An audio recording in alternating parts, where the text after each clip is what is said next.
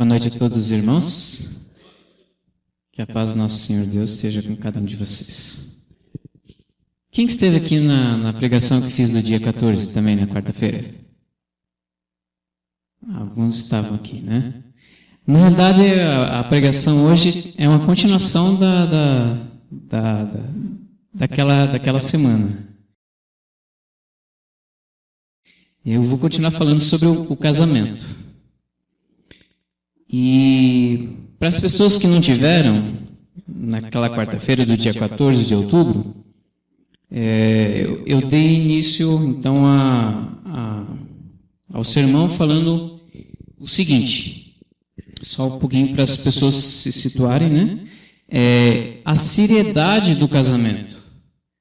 Casamento é algo muito sério, deve se levar muito sério, e não uma coisa banal como o mundo tem feito e tem banalizado o casamento. Mas antes de abrir a palavra, vamos curvar as nossas frontes e vamos conversar com Deus. Senhor nosso Deus, muito obrigado por este dia, obrigado pela chuva, Pai, que cai, obrigado pela Tua proteção, obrigado, Senhor Deus, por ter tocado no nosso coração para que estivéssemos aqui hoje, Pai. A Tua palavra, Senhor Deus, ela é realmente fortalecedora, ela é educadora, ela é transformadora, ela realmente é viva, Senhor Deus. E essas pessoas vieram aqui, Senhor Deus, para que pudessem ouvir um pouquinho mais da Tua palavra, Senhor Deus, para que elas sejam transformadas, sejam educadas, Senhor Deus, e possam levar nas suas vidas, Senhor Deus, algo que realmente possa elevá-las, Senhor Deus, a algo muito melhor. Que o Teu Santo Espírito possa tocar no coração de cada um, Senhor Deus, e que as Tuas palavras possam realmente se fazer presente em suas vidas. Eu te peço e te agradeço em nome de Jesus. Amém. Então, lembrando um pouquinho, o tempo é curto, né? É muito rápido aqui. Então, a questão da seriedade do casamento, eu falei também que Deus, Ele aborrece o divórcio.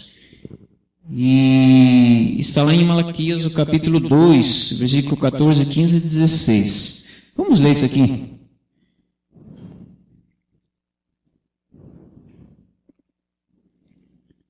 Malaquias, capítulo 2, versículo 14, 15 e 16. Eu já achei, eu vou lendo aqui. E dizeis, por quê? Porque o Senhor foi testemunha entre ti e a mulher da tua mocidade, com a qual tu foste desleal, sendo ela tua companheira e a mulher do teu concerto. E não fez ele somente um, beijando-lhe espírito, e porque somente um, ele buscava uma semente de piedosos, portanto guardai-vos em vosso espírito, e ninguém seja desleal para com a mulher da sua mocidade. Porque o Senhor, Deus de Israel, diz que aborrece o repúdio e aquele que encobre a violência com a sua veste. Diz o Senhor dos Exércitos, portanto, guardai-vos em vosso espírito e não sejais desleais. Então, veja o quanto é importante o casamento, irmãos. É algo que você deve pensar muito, né? Antes de entrar no casamento. Hoje temos bastante jovens aqui, né? Então, pessoas pensando em casar. Então, na realidade, isso é sério, irmãos. A gente tem que analisar bem isso aqui, porque isso é para a vida toda. E como nós vimos aqui, Deus aborrece o repúdio. Então, o que Deus uniu, não separa o homem, né? Então, vamos ver agora o que Jesus diz também a respeito do casamento. Mateus capítulo 5, versículo 31 e 32.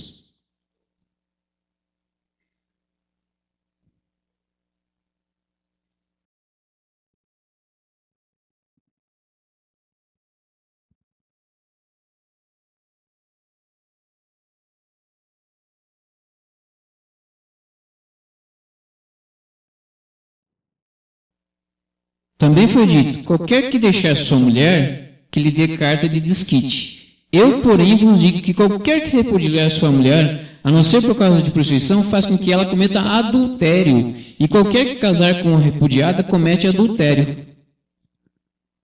Então, Jesus falando aqui, irmãos, que aquele que repudia, na realidade, né, aquele que se divorcia, ele não está em conformidade com os mandamentos de Deus. E Jesus reprovou claramente. Ele ampliou a questão do casamento aqui, né?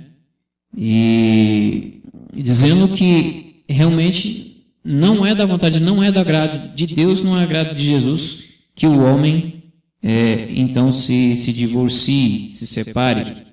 Porque ele fazendo isso, ele vai estar, se ele ficar sozinho, tudo bem, mas se ele pensar em ter uma outra pessoa, ele vai estar adulterando. É algo sério, irmãos.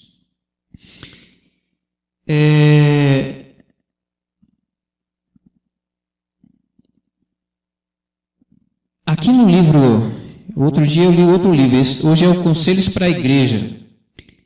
Então tem algumas informações aqui para as pessoas que estão pensando em casamento.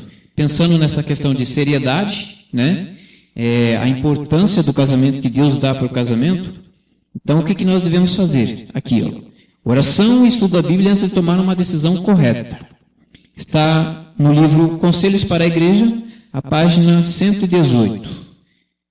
Instituído por Deus, o casamento é uma ordenança sagrada, e nunca se deve entrar nele em espírito de egoísmo.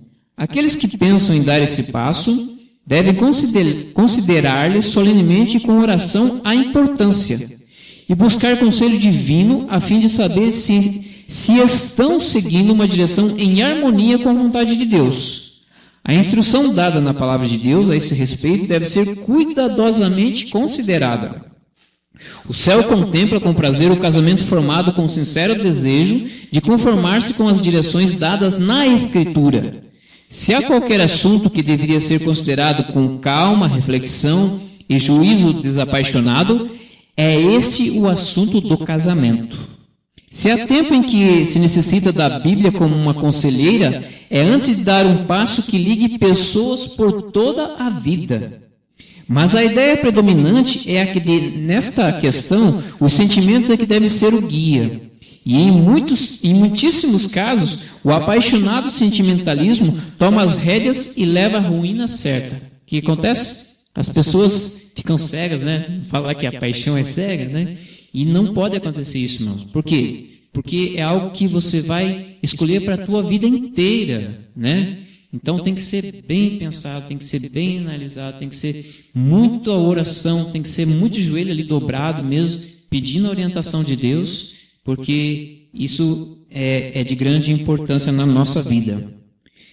É aqui que os jovens mostram menos inteligência do que em qualquer outro assunto. É aqui que se recusam a ouvir razões. A questão do casamento parece ter sobre eles um poder enfeitiçante. Não se submetem a Deus. Seus sentidos se acham como que acorrentados, e eles seguem seu caminho com certo segredo, como se temessem que seus planos fossem contrariados por alguém. Muitos estão navegando em perigoso porto, precisam de um piloto, desdenham, no entanto, receber o tão carecido auxílio, julgando que são competentes para dirigir seu barco, e não reconhecendo que ele está prestes a dar num recife oculto, o qual lhes poderá causar o naufrágio da fé e da felicidade. A menos que sejam diligentes estudantes desta palavra, cometerão erros graves, os quais lhe mancharão a sua felicidade e a de outros, tanto para a vida presente como para a futura. Se homens e mulheres têm o hábito de orar 2 vezes ao dia antes de pensar em casamento, devem fazer 4 vezes quando pensam em dar esse passo. Então veja a importância do que o Espírito de Profecia nos alerta, na realidade, né? Não deve ser de qualquer maneira, irmãos. Deve ser realmente com muito joelho no chão ali, muito, né, com a cabeça assim, realmente, não, com os olhos abertos, assim, com o pensamento, não só com o coração, vamos dizer assim. Tem que ser meio frio, essa é a realidade, tem que ser analisado meio frio as coisas aqui. O casamento é uma coisa que influenciará e afetará a vossa vida, tanto nesse mundo como no futuro. Então veja a importância do casamento. A maioria dos casamentos do nosso tempo e a maneira em que se realizam tornam-nos um dos sinais dos últimos dias. Os homens e as mulheres são persistentes, tão persistentes, tão obstinados que deixam Deus fora de questão. Põem de lado a religião, como se ela não tivesse parte a desempenhar nessa solene e importante questão. Eu gostaria de ler um pouquinho mais aqui a Bíblia, né?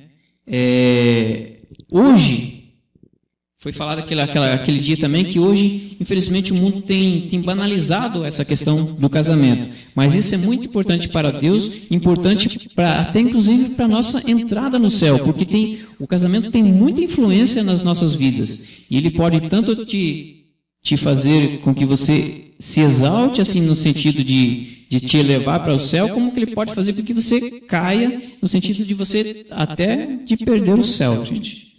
Então, é algo realmente de muita importância. Hoje eu gostaria de falar um pouquinho mais a respeito de casamentos ilícitos. O que a Bíblia fala de casamentos ilícitos? Esse é mais o meu tema de hoje. Então vamos ler lá Levíticos capítulo 18.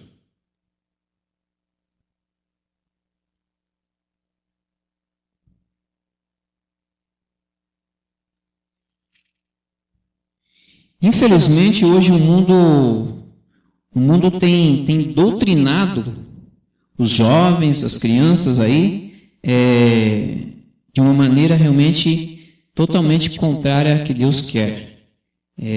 A gente vê isso aí nos vestibulares, nos Enems, na mídia, e isso confronta realmente a palavra de Deus. Nós, como servos de Deus, devemos anunciar o que a Bíblia nos diz. E lá em Levíticos 8, como está não sei se o título de vocês, o meu está assim, casamento ilícitos. Está sendo de vocês? Levíticos 18? Então vamos ler. Falou mais o Senhor a Moisés, dizendo: fala aos filhos de Israel e diz-lhes: eu sou o Senhor vosso Deus. Não farei segundo as obras da terra do Egito, em que habitastes, nem farei segundo as obras da terra de Canaã, para a qual eu vos levo, nem andareis nos seus estatutos. Fareis conforme os meus juízos, e os meus estatutos guardareis, para andardes neles. Eu sou o Senhor vosso Deus. Então, o povo de Deus não deve se conformar com o mundo, não deve aceitar as coisas que o mundo está impondo, está doutrinando aí. Portanto, os meus estatutos e os meus juízos guardareis, os quais, fazendo-os, o homem viverá por eles. Eu sou o Senhor. Nenhum homem se chegará a qualquer parenta da sua carne descobrir a sua nudez. Eu sou o Senhor. Não descobrirás a nudez de teu pai e de tua mãe. Ela é tua mãe. Não descobrirás a sua nudez. Não descobrirás a nudez da mulher de teu pai, né? No caso, a tua tia, né? A nudez de tua irmã, filha de teu pai, né? Filha de tua mãe, nascida em casa ou fora da casa, a sua nudez não descobrirás. A nudez da filha do teu filho, quer dizer, tua neta, né? Ou da filha da tua filha, a sua nudez não descobrirás, porque é tua nudez. A nudez da filha da mulher de teu pai, gerada de teu pai, ela é tua irmã, né? A sua nudez não descobrirás. A nudez da irmã do teu pai não descobrirás, que é tua tia, né? Ela é a parenta de teu pai. A nudez da irmã de tua mãe não descobrirás, pois ela é parenta de tua mãe. A nudez do irmão de teu pai não descobrirás. Não te chegarás à sua mulher, ela é tua tia. A nudez de tua nora não descobrirás. Ela é mulher de teu filho, não descobrirás a sua nudez. A nudez da mulher de teu irmão não descobrirás. É a nudez de teu irmão. A nudez de uma mulher e de sua filha não descobrirás. E infelizmente o que tem acontecido nesse mundo? Coisas pervertidas como essas, irmãos. De pessoas tendo mãe e filha como amantes. Não tomarás a filha de seu filho, nem a filha de sua filha, para descobrir a sua nudez. Parentação, maldade é. Não tomarás uma mulher com sua irmã, para afligi-la, descobrindo a sua nudez com ela na sua vida.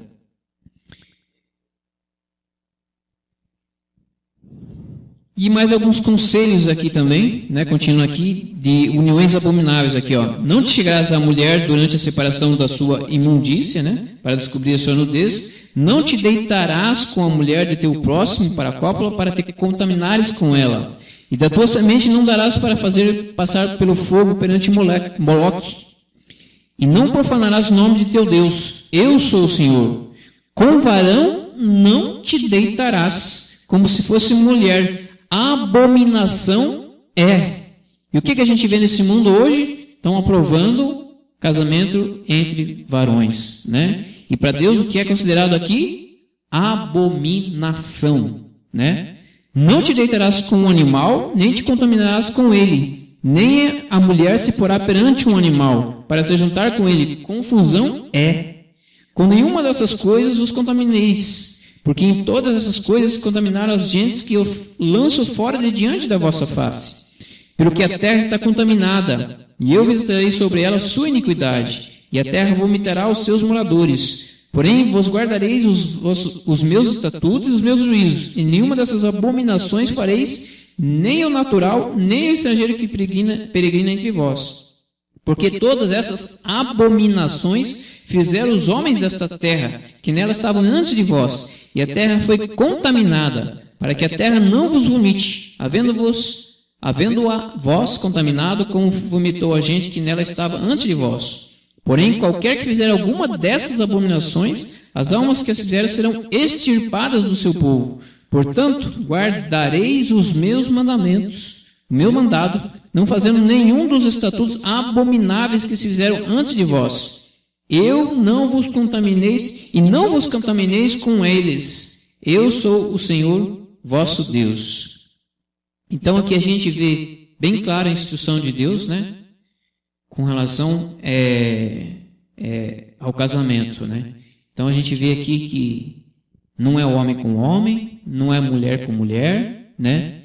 Dentro da sua própria parentela também tem, Deus, né? Deixou que aqui, na realidade, bem claro para nós que tudo tem a sua ordem, né?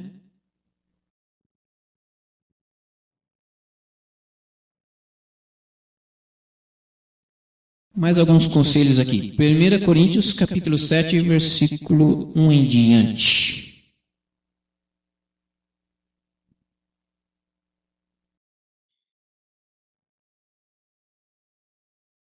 Deixa eu ver como é que está o tempo aqui.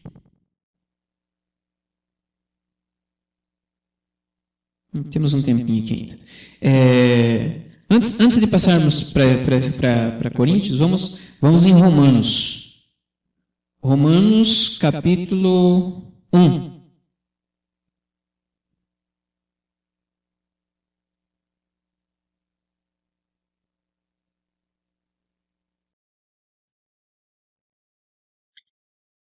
Ainda falando sobre a questão dessa perversão que o mundo está vivendo, né? E a posição de Deus e da igreja.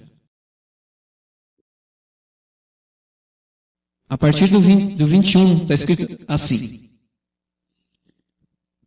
Porquanto, tendo conhecido a Deus, não glorificaram como Deus, nem lhe deram graças. Antes, em seus discursos se desvaneceram, e o seu coração insensato se obscureceu. Dizendo-se sábios, tornaram-se loucos, e mudaram a glória do Deus incorruptível em semelhança da imagem de homem corruptível, e de aves, e de quadrúpedes, e de répteis. Pelo que também Deus os entregou às concupiscências do seu coração, à imundícia, para desonrarem o seu corpo entre si. Pois mudaram a verdade de Deus em mentira, e honraram e serviram mais a criatura do que o Criador, que é bendito eternamente. Amém, né? Pelo que Deus os abandonou às paixões infames, porque até as suas mulheres mudaram o uso natural, no contrário à natureza. E semelhantemente também os varões, deixando o uso natural da mulher, se inflamaram em sua sensualidade, uns para com os outros, varão com varão, cometendo torpeza e recebendo em si mesmos a recompensa que convinha ao seu erro.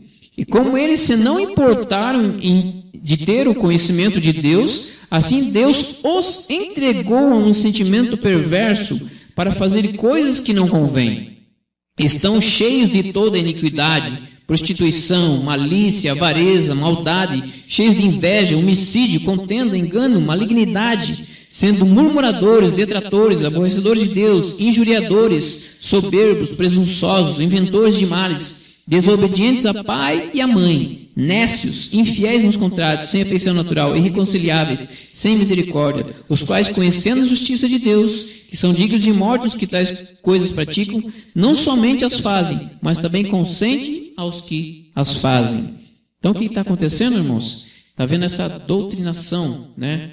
O mundo está doutrinando as pessoas como se isso fosse normal. E isso não é normal. Isso para Deus realmente é abominável. E por que está acontecendo isso com as pessoas? Porque elas estão se afastando de Deus. Elas estão indo por caminhos totalmente desprezando, na realidade, a Deus como Criador. Desprezando, na realidade, estão fazendo coisas pelos seus próprios pensamentos. E o homem sem Deus, ele cai e cai feio. E a gente vê que, na realidade, as pessoas vão ficando como na antiga Babilônia, que foi destruída por causa dessa perversão. Dá um tempinho ainda, vamos lá então para 1 Coríntios capítulo 7. Lembrando então que essa é a posição de Deus. Para Deus, esses relacionamentos, esses casamentos, é a abominação. Não é da vontade de Deus.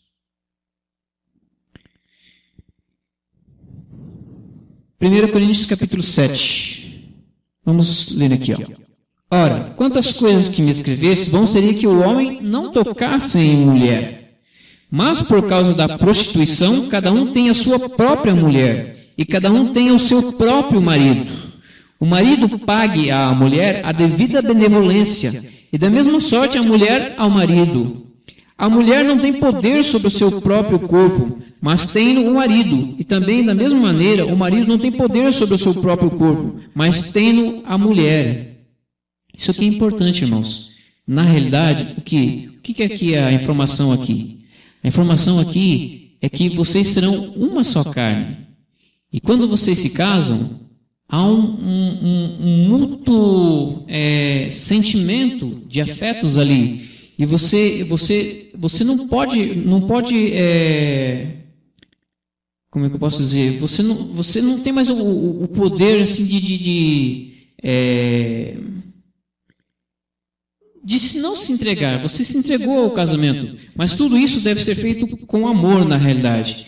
Essa entrega deve ser feita com amor, né? Não vos defraudeis um ao outro, senão por consentimento mútuo, por algum tempo, para vos aplicardes à oração, e depois ajuntardes outra vez, para que Satanás vos não tente pela incontinência. Então aqui agora já passei realmente as pessoas casadas, né? Digo, porém, isso como que por permissão e não por mandamento, porque quereria que todos os homens fossem como eu mesmo, mas cada um tem de Deus o seu próprio dom, um de uma maneira e outro de outra. Digo, porém, aos solteiros e às viúvas que lhes é bom se ficarem como eu, mas se não podem conter-se, casem-se, porque é melhor casar do que abrasar-se. Todavia, aos casados mando não eu, mas o Senhor, que a mulher senão a parte do marido. Se porém se apartar, que fique sem casar, ou que se reconcilie com o marido, e que o marido não deixe a mulher. Mas aos outros digo eu, não o Senhor. Se algum irmão tem mulher descrente e ela consente em habitar com ele, não a deixe. Se alguma mulher tem marido descrente e ele consente em habitar com ela, não o deixe. Porque o marido descrente é santificado pela mulher, e a mulher descrente é santificada pelo marido. De outra sorte, os vossos filhos seriam imundos, mas agora são santos.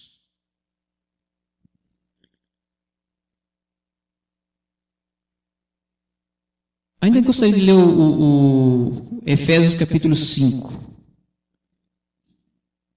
A gente não vai poder ir muito mais além. Versículo 22 em diante aqui, ó. Vós, mulheres, sujeitavos ao vosso marido como ao Senhor, porque o marido é a cabeça da mulher, como também Cristo é a cabeça da igreja, sendo ele próprio o salvador do corpo. De sorte que assim como a igreja está sujeita a Cristo, assim também as mulheres sejam em tudo sujeitas ao seu marido. Aqui, na realidade, é o seguinte, irmãos. Na realidade, existe uma hierarquia. É uma hierarquia na questão de organização, de ordem, na realidade, aqui. É uma questão para as coisas andarem corretamente. Não que a mulher seja, assim, submissa, no sentido, assim, de você vai fazer tudo o que eu quero. Não nesse sentido. É no sentido de ordem, para que haja organização, para que haja uma ordem. As coisas de Deus são organizadas. Então, deve sempre haver esse respeito de um com o outro, né? De sorte que a igreja vós maridos amai a vossa mulher como também Cristo amou a igreja e assim mesmo se entregou por ela. Está vendo? No momento que essa pessoa, que essa mulher, ela é submissa ao marido, por que ela é submissa? Porque esse marido aqui, ele ama a sua esposa com um amor tal que é como Cristo amou a igreja. Como Cristo amou a igreja? De uma maneira tremenda, né? Então, esse deve ser o amor do esposo para com a esposa. Aqui, ó, vós maridos amai a vossa mulher, como também Cristo amou a igreja e assim mesmo se entregou por ela, para santificar, purificando com a lavagem de água pela palavra, para apresentar a si mesmo igreja gloriosa, sem mácula, nem ruga, nem coisa semelhante, mas santa e irrepreensível. Assim devem os maridos amar a sua própria mulher com seu próprio corpo. Quem ama a sua mulher, ama-se a si mesmo, porque nunca ninguém aborreceu a sua própria carne, antes a alimenta e sustenta, como também o Senhor a igreja, porque somos membros do seu corpo. Por isso deixará o homem, né, seu pai e sua mãe, e se unirá à sua mulher, e serão dois numa carne. Grande é este mistério, digo, porém, a respeito de Cristo e da igreja.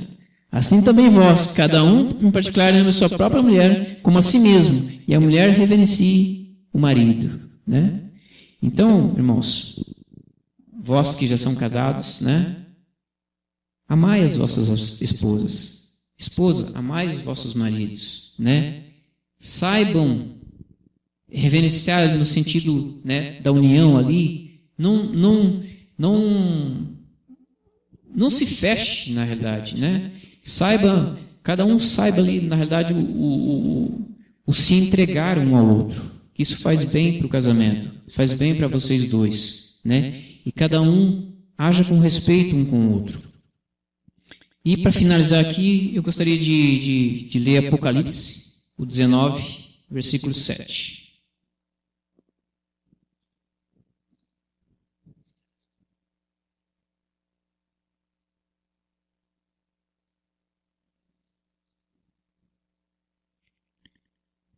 Regozijemo-nos e alegremo-nos e demos glória, porque vindas são as bodas do Cordeiro, e já a sua esposa se aprontou. E foi-lhe dado que se vestisse de linho fino, puro e resplandecente, porque o linho fino são as justiças dos santos, né?